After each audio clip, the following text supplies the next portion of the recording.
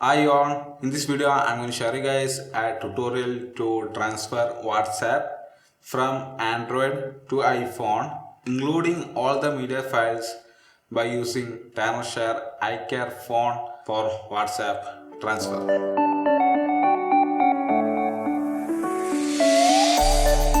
This video is sponsored by Tenorshare and they did hook me up with a 30% discount key for this Tenorshare iCarefone for WhatsApp.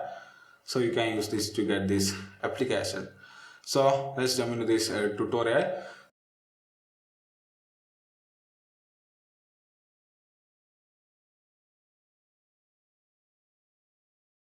So after doing all these things, open this application and choose WhatsApp.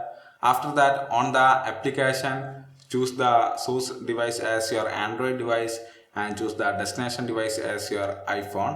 After that, press transfer and it will ask you to create backup of your WhatsApp, or you can use any of the last backup that you made of your WhatsApp account. So if you want to use the latest backup, you need to create one. So head over to WhatsApp settings, chat and chat backup and choose backup now and make sure that it is local backup. So you need to disable the Google backup option. After that, press continue and it will ask you to verify your WhatsApp account.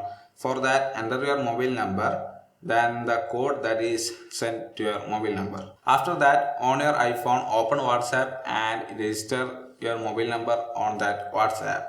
After that, confirm it on your Tenorshare application and it will start to restore all your WhatsApp message to your iPhone. So after restore, the phone will restart and you can find that your WhatsApp got all the messages from your Android device.